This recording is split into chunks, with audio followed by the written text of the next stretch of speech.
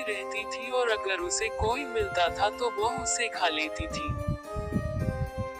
यही क्रम सालों चलता रहा, इसलिए कोई भी आदमी उस जंगल में नहीं जाता था।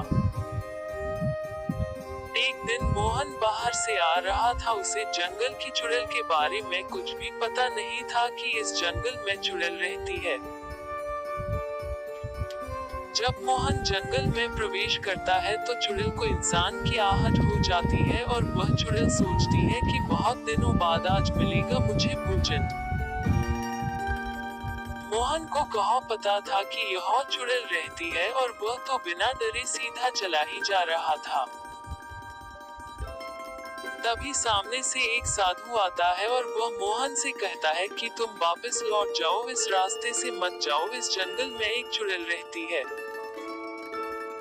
यह सुनकर मोहन कहता है कि बाबा तुम ये अंधविश्वास वाली बातें छोड़ दो।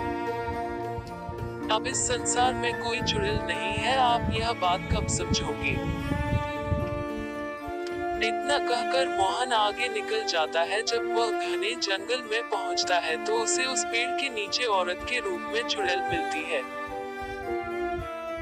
और वह सोचता है कि इस संसार में अंधविश्वास वालों की कमी नहीं है। देखो वह बाबा इस औरत को चुड़ैल कह रहा था। तभी वह चुड़ैल कहती है कि मैं जंगल का रास्ता भटक गई हूँ, इसलिए मैं यहाँ आ गई हूँ, आप मुझे इस जंगल से बाहर निकाल दीजिए, फिर मैं अपने घर चली जाऊंगी। मोहन कहता है कि ठीक है, तुम मेरे पीछे पीछे आओ, मैं तुम्हें गांव में छोड़ दूंगा। और वह चुड़ैल उसके पीछे पीछे चलने लगती है और वह चुड़ैल का रूप ले लेती है